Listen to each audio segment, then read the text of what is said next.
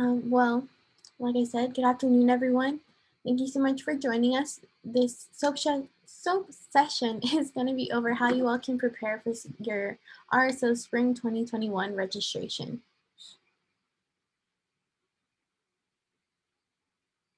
So just kind of meet the team. My name is Adriana Villegas, and I'm a student organization support intern. We have another student organization support intern. Her name is Joanna Whitaker. On the call, we have Mallory Payan. She is our assistant director for SOS, Fraternity Sorority Life, and the Terry program. And we have our new coordinator for student organization support. He actually just joined the call, Travaris Peterson. And yeah, so we're the ones who, are going to be reviewing all of these submissions. We answer your emails. We're on for office hours. Yeah, so speaking of office hours, we do have these 3 times a week where we can connect with you via Zoom call. We can answer any kind of questions, whether that's like you have a question on how something works on Mindtracker. With this coming up with the registration, things you may need to do or anything you have pertaining to that, we can definitely answer those questions for you.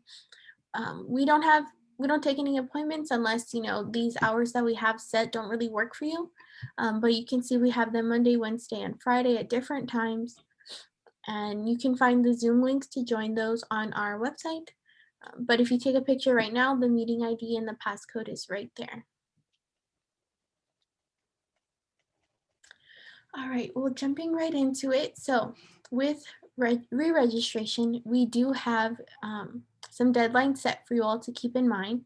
So it's going to be opening up on January 1st of 2021. The priority deadline will be February 2nd with a final deadline of February 15th. So you have a little bit over a month to go ahead and complete this. And failure to do so will go ahead and result in a $50 fee, and you must re-register during this time period in order to remain active. And similarly to registration done in the fall, it has to be completed via Mindtracker.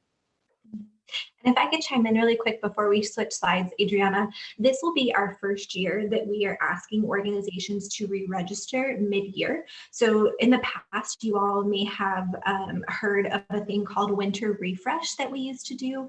And Winter Refresh was a form that would get filled out with updated information. But we've learned that the re-registration process, because of how it's tied to Mindtracker, it automatically updates everything in your organization as soon as you get approved. And so we've also learned that a lot of organizations either switch officers, whether that's mid-fall, they switch officers mid-year going into the new calendar year. So it depends, every organization is different. They either have officers that serve for an academic year or have officers that serve for a calendar year. And so having a re-registration process each semester really helps us to ensure that we have the most updated information for all organizations. It also helps give you a chance to really refresh your Mindtracker page and make sure that your links are correct, your emails are correct, the links to your websites are correct. And so we just ask you to go through it one more time with a brand new year. It should be fairly quickly. So if you all did this in the fall, which almost everybody should have by now, the spring re-registration will look very similar. It'll just ask you to click through all of your information, which Adriana will go over, but it should be a quick process. So having already gone through the approval process in fall makes the spring process a lot easier. But I did want to share that with you all, that this is the first year that we're actually going to be re-registering this way both semesters, and we'll continue to do so just so that we always have the most updated information that we can provide for you all.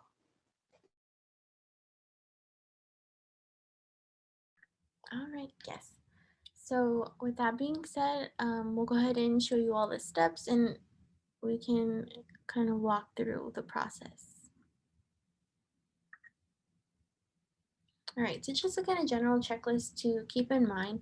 Like Mallory said, this is going to be a much easier process since you've already completed fall registration, so it's just a matter of reviewing everything. So that could be things like making sure your roster is updated and the contact information for your officers, members, and advisors is all up to date. So when it comes to your advisor, that would be having their name, their UTEP email address, and the office address for the advisor. Also, that could be, reviewing your constitution and bylaws that's compliant with the guidelines that we upheld for the fall registration. But again, this isn't required. You won't have to resubmit and go through that process again. But if for whatever reason, let's say you made some changes throughout, you can feel free to, go ahead and submit that then, and we can review that.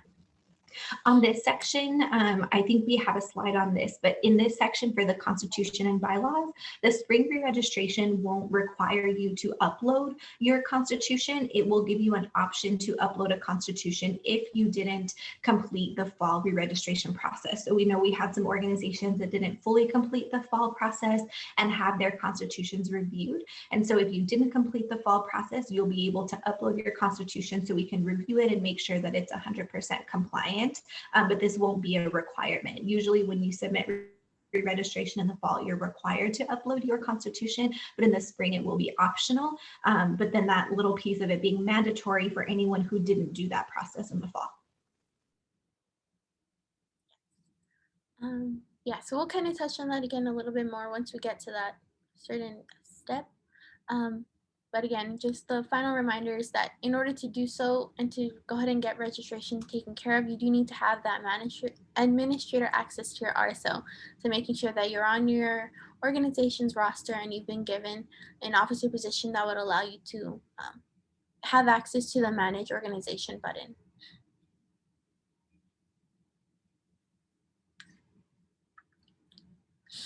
I think so this is just some other things to keep in mind. So when you do submit this, as the person who submits this, you become the primary contact for the organization. So you want to make sure that this is done. Obviously, it's going to be done by someone who has administrator access. So just make sure that person knows that they'll be the contact for your all's organization. You're going to want to complete each step in their entirety. Any omission will result in a denied registration status. And again, just make sure that you've gone through your roster, make sure it's updated, and then just taking a quick glance over your constitution again, just to make sure it's looking good and everything's organized. All right, so now we're getting into what the actual steps themselves are going to be looking like. So these are just some instructions, again, kind of just reiterating what we've touched on already.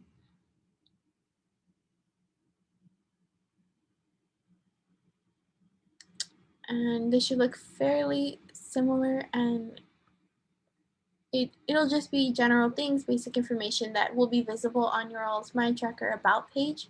So things like your name, any kind of acronym you may want to go by, a description about your organization. So again, with MindTracker, this has the opportunity for potential members and new students to take a look at each of these pages. And this description summary is something they can see and read about. So you want to make sure that, it's best describing your organization, there's no typos, and you're just making your organization look the best that it can be so that you can, bring in new members this way. This is on the same step, I guess you could say. So if you have a website, you would go ahead and put that there under the URL. It'll become like a hyperlink and they can get redirected that way. Same thing goes for your social media. So you can see that you can upload a bunch of different things and they can get redirected that way as well. And yeah, further down on that same page, we have the organization contact information. This will be things like email address. So let's say between your organization, you have like a Gmail account that could be shared there. It may be up to the organization if you want to include like the address or the phone number, but that's completely customizable to whatever information you all have on hand.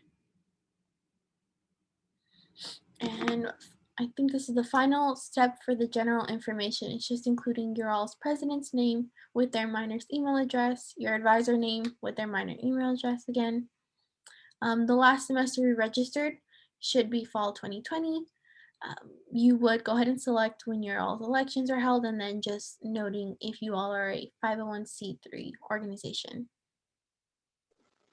Something to note about this page, just to be clear. So some of the things that Adriana can see on her end are hidden because we're administrators. So you all won't see that step 5 of the last semester re-registered. That's an internal step for us.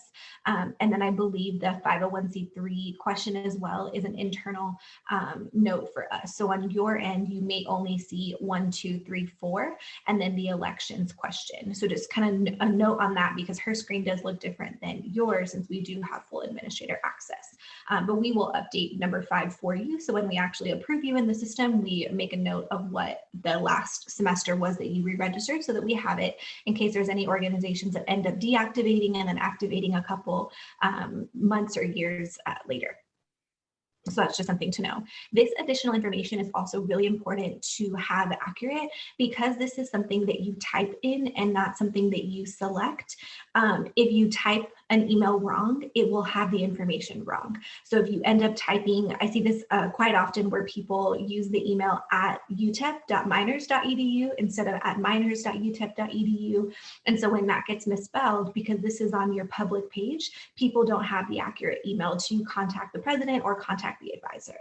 It does show up accurately on the roster. So just know that there are 2 places that the information for your president and your advisor show up. One of them is here in additional information because it goes on your page, and then the other one is on your actual roster.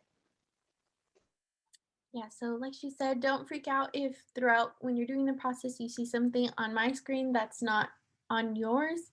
As long as you're filling out everything that you see, you're good to go. And if for whatever reason there's something missing, we'll definitely contact you and make sure that we help you get that information in. The next step, just going through and clicking, reading these statements, obviously making sure that you know they're included in the Constitution. And again, if you went through the fall registration, it's already included. But just reading through and clicking that you have read them and you agree to abide by these statements and also enforce them within your organization. The next step will be to go ahead and, re-review and look over your roster, make any of those updates. So the first screen is just kind of like a warning, letting you know that this upcoming step is the roster, and the bottom screenshot is how it will look when you add new members and assign their positions. So you can see that there's going to be a drop-down menu where you can assign a position.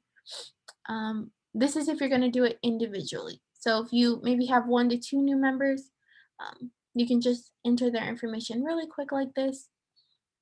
Or if you have like a whole group of new members, you can use the add members in bulk option. And then that's how that option will look there. So you would just enter all of their miners' email addresses, and then they get sent the notification to be added. And then after this, at the bottom, there's a option for you all to review the roster. So based on what's already on MindTracker, you can kind of see who's already there. If you need to remove people that maybe are going to be graduating or have taken up a new officer position, you would go ahead and be able to do so in this step. Something that I'd like to add on this roster section is one of our items in the checklist is for you to update your roster before you re-register. And that's because when you use the roster function outside of registration, it's sometimes easier to add people and see your full roster all at once before you get here. So if you want this step to be more of a review and check, then what you can do is before you re-register, update your roster. So update the new, make sure if there's an outgoing and an incoming president that you all transition that role and give the new person that president title on the roster. All of your members are correct. So if anybody has graduated this semester, you want to remove them from your roster. If you're going to have new members for the next semester, you want to add those as well. So your roster should be a full list of all of your members and your officers with the correct title. And so you can do all of that in the roster tab of your organization so that when you get to this step, they're already added. But if you don't do that, it's okay. What Adriana just shared with you in terms of adding people, you can look at the roster on the bottom. And if you see that someone is missing or you need to update the president's information, you can do that right here in the form. It's just sometimes easier to do it separately before you register. And it's definitely something you can already start doing now and not have to worry about it later. So just a suggestion from us. Next, you'll have the option to select categories for your organization. When you're selecting these categories, it's best to select the ones that best represent your organization. So if you're an organization that's, let's see, based on the ones that are there, let's say it's like an honor society based on some kind of school subject. You may want to select like academic. I believe there's an honor society category as well. So, really just picking the ones that best suit your organization, not selecting a bunch of them that may not really hold up to like your organization's missions or values or even what you do in the organization. So just take the time to sort through those and pick the best ones for you all. If you all haven't already searched already on the organization tab in MindTracker, there's a categories filter on the left-hand side, and that's what we encourage students to use. So if students are looking for a specific organization that is academic related, they may filter by academic. And if your organization is academic, but you don't select that category, you won't come up in the filter. So that's why it's important to make sure you select the categories that best fit you. The other big one that is sometimes confused are the college and school categories. So some folks are like, well, we're open to all majors and students in any college or any school. And so they'll select all of them. But the key is to only select a college or a school if your organization is an academic organization that's affiliated with a college or a school. So if you're not affiliated with the School of Nursing, your category shouldn't say School of Nursing, even though you may accept nursing students, if that makes sense. So just make sure you're not adding all the colleges or adding all the schools. You're only adding an academic college or school if your organization actually belongs to one of those. And if you have any questions about the best way to categorize, feel free to send us an email or stop by office hours and we can clear that up for you all just to, give you some guidance before that gets started. All right, we have a fun new step to the registration process that was given out during the fall, and Mallory will go ahead and explain this one. Yes, thanks, Adriana. So one of the things we're going to be doing this spring that will be a new component of registration is allowing you all to go through what we're calling the logo approval process. And so we saw a lot of logos that may have been created individually by organizations in the past that don't follow university brand guidelines. And so we want to make sure that all organizations are representing the university and using university colors, logos, and guidelines appropriately. So something to note is that organizations are not allowed to use the UTEP PIC because that's a registered trademark of the university that cannot be used by student organizations. So you cannot have a PIC in your organization logo. We are going to be releasing a document that kind of goes over the specific colors that you should use. So if some of you all are using Photoshop or you're using Canva, we do have all of the correct UTEP logo colors that you can use in your logos and designing what your organization logo wants to look like. Some of you may have national logos and that's perfectly fine, but we want to give you all the opportunity to submit your logo and it will get reviewed by our design team and by university communications in a process that we have internally so that you have a logo that feels more closely related to the university branding, but also follows all of the university guidelines. So make sure that you all look out for that kind of PDF guideline. We'll send it out via the listserv, but we'll also make sure that it's available to you all on our website. So you can access it at any time. And then just know that you can submit your logo for approval. And that's what will get updated in your profile picture on your MindTracker page, but then also can be used on other things like apparel or other fun goodies that you might order throughout the year.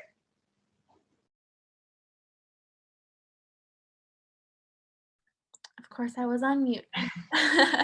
Yeah, so this is an exciting step for you all because now you can, kind of get pre-approved for any of one of the more fun parts of being in an RSO.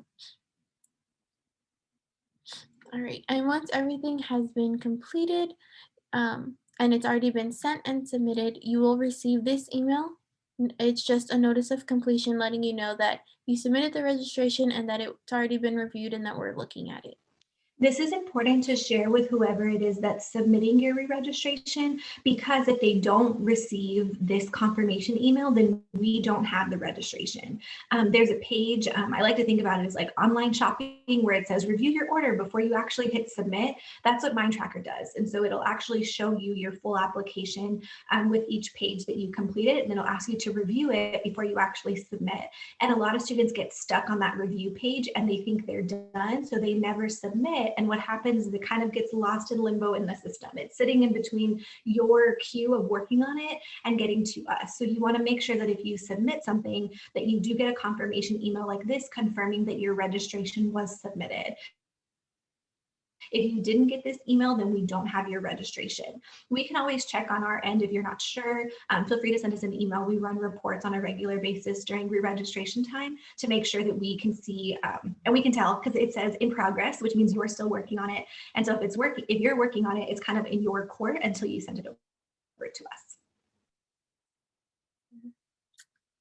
Yeah, and this email just kind of helps too, because, and again, correct me if I'm wrong, Mallory, but the person who's going to receive this email, if we leave any comment behind and pertaining to the status of your registration, you'll also get the emails kind of looking similar to this, just letting you know that either we left some kind of comment or the status of that registration submission. Yes, that's correct. We also have a link on our website that's live. We launched this in the fall. It's a link on the website to an Excel spreadsheet of all the organizations, and we update their statuses during the re-registration period. So I think in the fall we did it weekly, and then when we got to close to the deadline portion, we did it daily, just kind of updating everyone on where their status was. So you'll be able to see your organization name, and then we have color-coded statuses that tells you if you've been denied, if you're approved, if we are still waiting to receive your registration, if you haven't started. You can check all of that on the website. Yes. So that being said, and then just one of the more, I guess, kind of closing pieces to this, or actually starting pieces, because it'll happen right when registration opens. You all can go ahead and save the date for RSO orientation, January 8th through the 15th. It'll be a virtual format like it was this past semester. Yeah, so go ahead and keep that plan for that. Yes, we're going to continue with how we hosted orientation this fall, which was via Blackboard. So you all will receive, what we will do is enroll your leadership, which is also important that your roster is updated. So your officers will be automatically enrolled into the Blackboard course for RSO orientation. It'll be a combination of Blackboard courses, but then virtual sessions that we have synchronously together. So during the week of RSO orientation, we may have some specific breakouts, whether it's for treasurer training on the new MindTracker finance tool that you all may have used this semester, or if it's other training for specific officers or just general topics that we think you may need to know. We'll have those kind of virtual trainings together that you can attend. But then there will also be some modules in Blackboard that you can complete on your own time. So during that week before school starts, we ask that all of our organizations complete that. It's mandatory for 3 members of the organization, and we prefer officers, but you can have anybody complete it. Mandatory for at minimum 3 people to complete this RSO orientation, and so they will need to go into Blackboard and complete the different PowerPoint slides, modules that we have, and take the quiz at the end in order to get access, or not access, confirmation. So we'll be pulling reports all through January, and really this is to help you all. There's a lot of things that we see throughout the year, either organizations that have questions or are struggling with something, and we always see that it's covered during RSO orientation. So it can be very beneficial if you want to encourage your entire exec board to attend orientation. We definitely will share a lot of important information that will help you be successful this semester. Yes, so be on the lookout for that. Again, with all this, you'll receive reminders all over the place that it's been open and what's going on. So, just be checking your emails, or, take a picture right now of this if you don't want to forget it. And actually, this would probably be a beneficial picture to take more than the other ones, because it actually has all the dates in one place. So just to reiterate, re-registration will open on January 1st with a priority deadline of February 2nd, but a final deadline of February 15th. And failure to do so will result in a $50 fee for your organization. And with that, we also have RSO orientation from January 8th to the 15th. So Our big suggestion to you is just start early. You can already start taking care of some of these things now by, looking at your roster, making it up to date, rereading your constitution doesn't hurt. And yeah. And with like we've mentioned before, you can email us, you can come to office hours. We're always here to support you all for any kind of problems or questions you may have. So please feel free to reach out. And just a fun announcement. I know this semester is kind of coming to an end, but we still have some programs here and there with either that our office is doing or that we share that other departments are doing. So, check out our Minors on Monitors website or our social media to see any events that you can join. I'd also like to give an opportunity before we jump into assessment for Travaris to introduce himself. Travaris Peterson is our new coordinator for student organizations. I want to give him an opportunity to say hi to you all. Go for it, Travaris. Well, hi. I am Travaris Peterson, the new coordinator of student organizations. Some of y'all may have received emails from me, so now you can kind of put a face to the person. I know we'll be virtual pretty much for the foreseeable future, so stop by office hours. I hop in there too. If you ever need me, just email me. I'm available through Teams and Zoom as well. So if you need, if you're not really an email person, you're more of a face-to-face, computer screen person, go ahead. I'm always available. I'm always welcome to chat and help as best as I can. So I'm happy to be here, happy to work for you all. And yeah, if you all need anything, let me know. Awesome. Yes. Thank you, Travaris. He's a fun addition to our team. He's awesome. And yeah, so just jumping right back into it. I will be sharing this link. You don't have to worry about typing it. I will be sharing this link in the chat. It's a super quick assessment just to kind of gauge how this program went, and then also opening it up for you all to drop your suggestions for future programs you may want us to do.